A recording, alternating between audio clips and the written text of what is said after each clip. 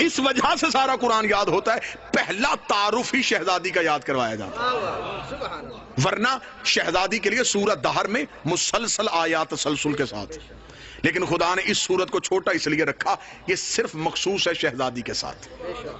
اِنَّا أَعْطَيْنَاكَ الْكَوْثَرَ۔ اس میں تفاسیر دیکھیں، قرآن دو اعتباروں سے ہے۔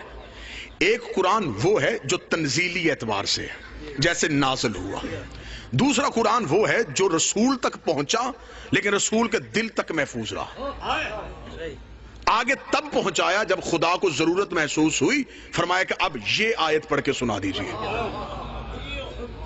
قطعاً اس کا مطلب یہ نہیں تھا کہ قرآن پہلے معاذ اللہ نبی کے علم میں نہیں تھا، کہ آیت آتی تھی تو نبی پڑھتے تھے، نہ، پورا قرآن دل میں محفوظ تھا، صرف نبی کو جناب جبریل آ کے اطلاع دیتے تھے کہ اب یہ سنا دیجئے۔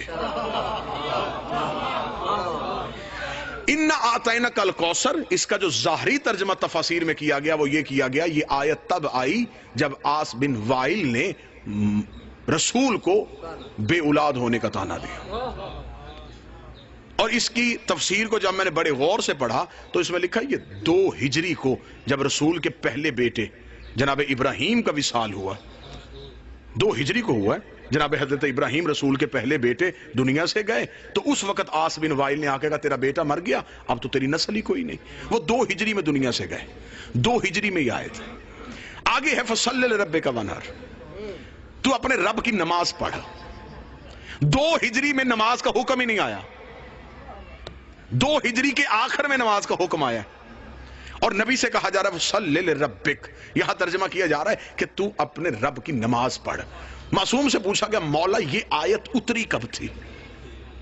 امام نے پھر ایک خطبہ ارشاد فرمایا، 9ویں امام نے بطول کے بیٹے کی زبان سے خطبہ نشان۔ امام سے پوچھا گیا کہ مولا آپ ہمیں بتا سکتے ہیں کہ آپ کی دادی زہرا کا تعارف کیا ہے؟ امام کا جملہ سنیے گا اور دلوں میں یوں محفوظ کر لیجئے گا۔ جب سائل نے کہا مولا میں آپ سے آپ کی دادی بطول کا تعارف سننا چاہتا ہوں، امام نے کیا تجھے خود پہ خدا ہونے کا گمان ہے؟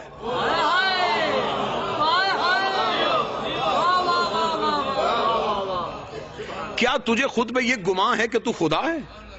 اسے کہا معاذ اللہ مولا میں تو ایک انسان ہوں۔ فرمایا انسان ہو کے سننا چاہتا ہے کہ بطول کیا ہے؟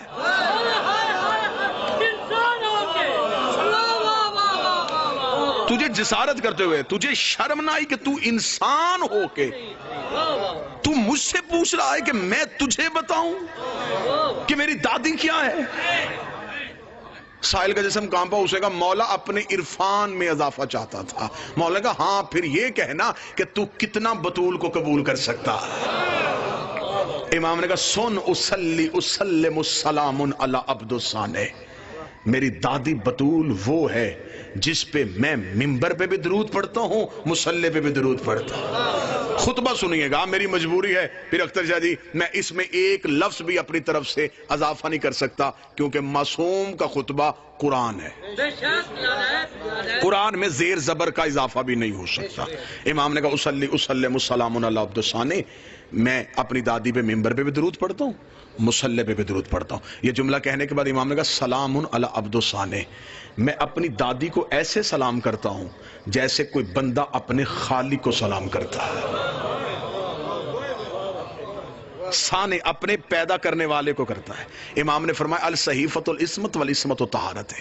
تو نے مجھ سے پوچھا میری دادی کیا ہے، تو سن میری دادی ایک مستور نہیں، عصمت کا صحیفہ ہے۔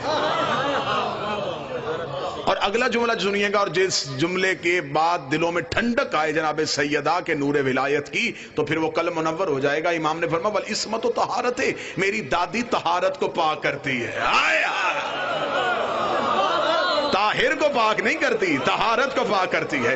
یہ جملہ کہنے کے بعد امام نے کہا تو نے جسارت کر ہی لی ہے کہ تو نے مجھ سے پوچھا کہ بطول کیا ہے؟ سن وجبریل و مسکین و جنابہا، ومیکائیل سائل بابها واسرافیل عبد ترابها واسرائیل عدو صحابها۔ سن میں تجھے بتاؤں میری دادی زہرا کون ہے؟ جبریل جس کے دروازے کا مسکین ہے، میکائیل جس کے دروازے کا بھکاری ہے، اسرافیل جس کی مٹی کا بندہ ہے، اسرائیل جس کے نوکروں کے دشمن کا دشمن ہے۔ امام کا پہلا جملہ، امام نے کہا جبریل جس کے دروازے کا مسکین ہے۔ اٹھاؤ ساری لغات اور پوچھو مسکین کا ترجمہ کیا ہے؟ مسکین کہتے ہیں سب سے چھوٹا، سب سے کمتر، سب سے حقیر۔ جبریل کا عہدہ کیا ہے؟ سید الملائکہ، افضل الملائکہ۔ امام نے کہا مسکین ہے، خدا نے کہا سید ہے۔